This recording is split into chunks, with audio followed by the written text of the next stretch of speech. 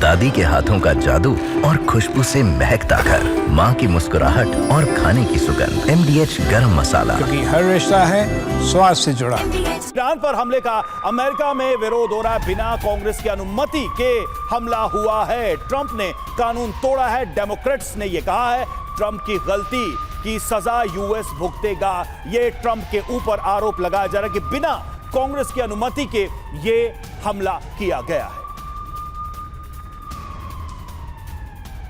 तो देखिए ट्रंप पर आरोप भी लग रहा है। रविंद्र सचदेव सर, आप इसे कैसे देखते हैं? मतलब डेमोक्रेट्स ने इस पर एलिगेशन लगाया है और यह भी कह दिया है कि यूएस इस गलती का नतीजा अमेरिकन भुगतेंगे आगे। डेफिनेटली ये से प्रश्न है। पहली बात ये है जो डेमोक्रेट्स कह रहे हैं और अमेरिका में वो डिबेट चल रही है।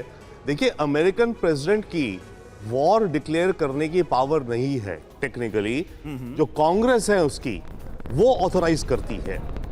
अब हुआ क्या है, कितनी बार ऐसा हुआ है कि ऑर्डर हो गया और वॉर चल गई। जो ट्रंप अभी एक्ट कर रहे हैं, फिलहाल ये एक्ट कर रहे हैं 2001 में एक मिलिट्री ऑथराइजेशन पास कर दिया था कांग्रेस ने 9/11 सितंबर अटैक्स के बाद जो वर्ल्ड टावर पे हुए, कि भाई वॉर ऑन टेरर है, इस पे प्रेसिडेंट नाउ एक्ट कर सकता है। तो पिछले 20-25 वर्षों से जितने या जो भी एक्ट्स हुए अमेरिकन प्रेसिडेंट्स के, उन्होंने वो इन्वोक करा है। इस बार भी ये इमरजेंसी ऑथराइजेशन मानी जाएगी कि प्रेसिडेंट के पास है, क्योंकि ये वॉर ऑन टेरर है। तो ट्रंप की दलील ये है, और ट्रंप वैसे भी प्रेसिडेंट की पावर बढ़ा रहा है। बट उधर हाँ डेमोक्रेट्स हैं, वो कहते हैं नहीं, प्रेसिडेंट को तो पहले कांग्रेस पे आना चाहिए, यहां अप्रूवल लेना चाहिए वॉर की ऑथराइजेशन का, जो कॉन्स्टिट्यूशनल है। रिपब्लिकन पार्टी के भी कुछ एक दो कह रहे हैं, बट इसका कोई खास फर्क नहीं पड़ेगा। ठीक है, चलिए एक तो क्लेम करेगा। एक इस पे कमेंट वंदना जी का भी ले लेते हैं। वंदना जी, कॉन्स्टिट्यूशनली ट्रंप की पोजीशन इसमें क्या नजर आती है आपको? आप इसे कैसे देखती है? क्योंकि डेमोक्रेट्स तो कह रहे हैं कि ये उल्लंघन है सीधे तौर पर, कांग्रेस की अनुमति लेनी चाहिए थी।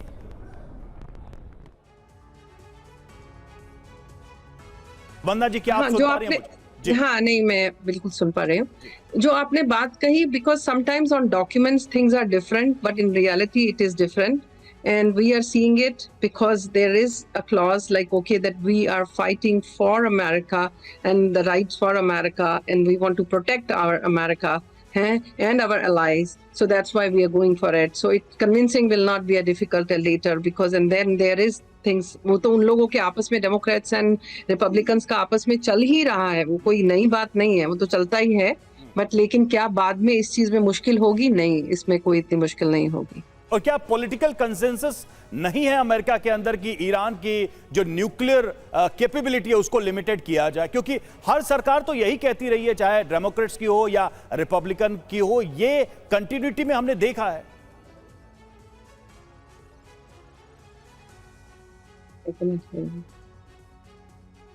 वंदना जी, क्या सुन पा रही हैं आप मुझे? नहीं, मेरा सवाल इतना था कि ये तो हर सरकार की पॉलिसी में रहा है कि ईरान को न्यूक्लियर आर्सेनल लेने नहीं देना, एक्वायर करने नहीं देना है। तो ऐसे में ये डिफरेंसेस, ठीक है, मैं लौट रहा हूं। देखिए मनीष हमारे एक बार जाना पड़ेगा हमें वॉर जोन में। मनीष हमारे साथ जुड़े। Manish, over to you. कहां मौजूद हैं आप? कुछ तस्वीरें आप दर्शकों को दिखाना चाहेंगे? धन्यवाद रवि, मुझसे सवाल पूछने के लिए। सबसे बड़ी बात है कि इस वक्त TV9 की टीम तेल अवीव में मौजूद है। रात के अंधेरे में जब 3 बजे का वक्त था इजराइल में, उस वक्त ये ऐलान राष्ट्रपति ट्रंप ने किया, और इस वक्त जबकि लगभग सुबह के 6 बज रहे हैं। और तेल अवीव की क्या सिचुएशन है वो भी मैं आपको दिखा दूं। कमोबेश कहें तो एक तरह का सन्नाटा है। वो इसलिए क्योंकि इजराइल को अब अंदेशा है कि अब ईरान की तरफ से अटैक होंगे। अब इजराइल को ये लगता है कि ईरान की तरफ से अब तक का सबसे भीषण हमला हो सकता है। वो इसलिए क्योंकि अमेरिकी हमले के जवाब में सबसे बड़ी प्रतिक्रिया जो ईरान की तरफ से हो सकती है वो ये कि एक बार फिर अगर आप देखें तो ईरान के मिसाइल हमले इजराइल पर हो सकते हैं। और इसीलिए आप देखिए कि इस वक्त लगभग में आप तो उस तरह के हलचल नहीं है जैसे अमूमन सुबह के वक्त में, खास करके रविवार की सुबह जो इनके लिए पहला वर्किंग डे होता है, उस वक्त जिस तरह की गतिविधियां दिखनी चाहिए वो इस वक्त नहीं दिख रही है। तकरीबन जिस तरह अभी आप TV9 के कैमरे पर देख रहे हैं, इसी तरह का माहौल इस वक्त पूरे इजराइल में है। क्योंकि इजराइल की सरकार ने एक तरह का आप कहें तो अनकहा कर्फ्यू घोषित सूचित कर दिया है, लोगों से कहा है कि वो एहतियात बरतें, सावधानी रखें, घर में रहें, जब तक ज़रूरी ना हो ज़्यादा बाहर ना आएँ। वो इसलिए क्योंकि उन्हें लगता है कि ईरान की तरफ से कभी भी अगर मिसाइल हमले किए गए तो उस वक्त लोगों की सुरक्षा प्रायोरिटी पर है। वहीं दूसरी तरफ अगर आप देखें तो अब लेकिन लोगों के रिएक्शन देखिए, जैसे जिस वक्त मैं आपसे बात कर रहा हूं, अगर बस गुजर रही है तो वो हॉर्न दबा रहे हैं, क्योंकि हर कोई खुश है, हर कोई दिल से थैंक यू कह रहा है अमेरिका को, दिल से थैंक यू कह रहा है प्रेसिडेंट ट्रंप को, क्योंकि उन्हें इंतजार था इसी बात का कि अमेरिका जंग में एंट्री करे, और अमेरिका ने जंग में एंट्री कर दिया है। और इनके लिए ये सबसे बड़ी राहत की बात है, क्योंकि इन्हें पता था कि ईरान से लड़ना अकेले के बस की बात नहीं है। और अब अमेरिका के आधिकारिक तौर पर एंट्री करने से अब ये हो गया कि इजराइल को लगता है कि अब हर हालत में ईरान के खिलाफ जंग में इजराइल और अमेरिका की जीत होगी। लेकिन उससे पहले जंग के जो विस्तार होने की बात है तो उसको लेकर इजराइल में तमाम तरह के एहतियात बरते जा रहे हैं। जी बिल्कुल, और ये एहतियात इसलिए भी बरते जाने चाहिए इजराइल के अगर लिहाज से देखा जाए मनीष, तो ईरान ने एक तरीके से अब खुल के लड़ने का ऐलान भी कर दिया, अमेरिका के खिलाफ भी, इजराइल के खिलाफ भी। तो इस तरीके से ये सारी चीजें हमें अभी नजर आ रही है। मनीष के पास हम लौटेंगे, एक बार हम भारत जी के पास जाते हैं। भारत जी, अब सवाल ये है कि अमेरिका का जो क्लेम्ड टारगेट था वो तो अचीव हो गया, मतलब जो न्यूक्लियर साइट्स थे उनको तो आपने डिस्ट्रॉय कर दिया, अब आगे क्या? आपकी वाकई में क्या अमेरिका की जरूरत है अब इन्वॉल्व होने की? क्योंकि जो शुरू से एक चीज हमेशा ईरान को लेकर कही गई वो आपने कर दिखाया।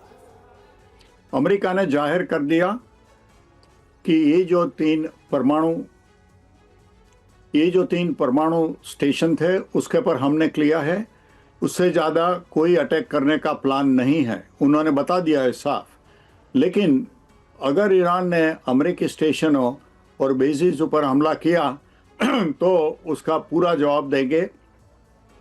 काफ़ी टारगेट है ईरान में, उन्होंने बताया कि अगर अमेरिकी बेसिस पर हमला किया तो ईरान के और टारगेट पर हमला होगा। लेकिन अब तक तो बताया कि ये तीन का काम जो कर दिया है वो ख़त्म कर दिया है। लेकिन मेरा ख्याल है कि इजराइल अपने हमले जारी रहेगा, क्योंकि जो मिसाइल लॉन्चर्स है, मिसाइल मैन्युफैक्चरिंग जगह है, दूसरे आर्मी बेसिस है, उसको इजराइल ख़त्म करने चलेगा। अमेरिका नहीं पड़ेगा उसमें unless American forces are attacked. बिल्कुल, लेकिन ईरान तो ये कह रहा है कि अब अमेरिका को हम सबसे बड़ा जख्म देने वाले हैं, सबसे बड़ा घाव देने वाले हैं। ब्रजेश सर भी हमारे साथ जुड़े हैं, रविंद्र सचदेव हमारे साथ जुड़े हैं, वंदना जी जुड़ी हैं, युक्तेश्वर जी जुड़े हुए हैं और भारत बराई साहब जुड़े हुए हैं। मनीष के पास एक बार फिर से मैं लौटता हूं। मनीष, एक चीज और समझना चाहेंगे आपसे कि क्या ये हम मान के चले कि इजराइल की तरफ से भी अब ये अटैक्स बढ़ने वाले हैं, क्योंकि मनोबल बढ़ा हुआ है इजराइल का अमेरिका के इस इन्वॉल्वमेंट के बाद। बहुत समय से नेतन्याहू ये डिमांड कर रहे थे कि आप B2 बॉम्बर्स का इस्तेमाल करिए, बंकर बस्टर बम्स का इस्तेमाल करके इन न्यूक्लियर साइट्स को तबाह कर दिया। अमेरिका ने वो सपोर्ट तो एक्सटेंड कर ही दिया इजराइल को।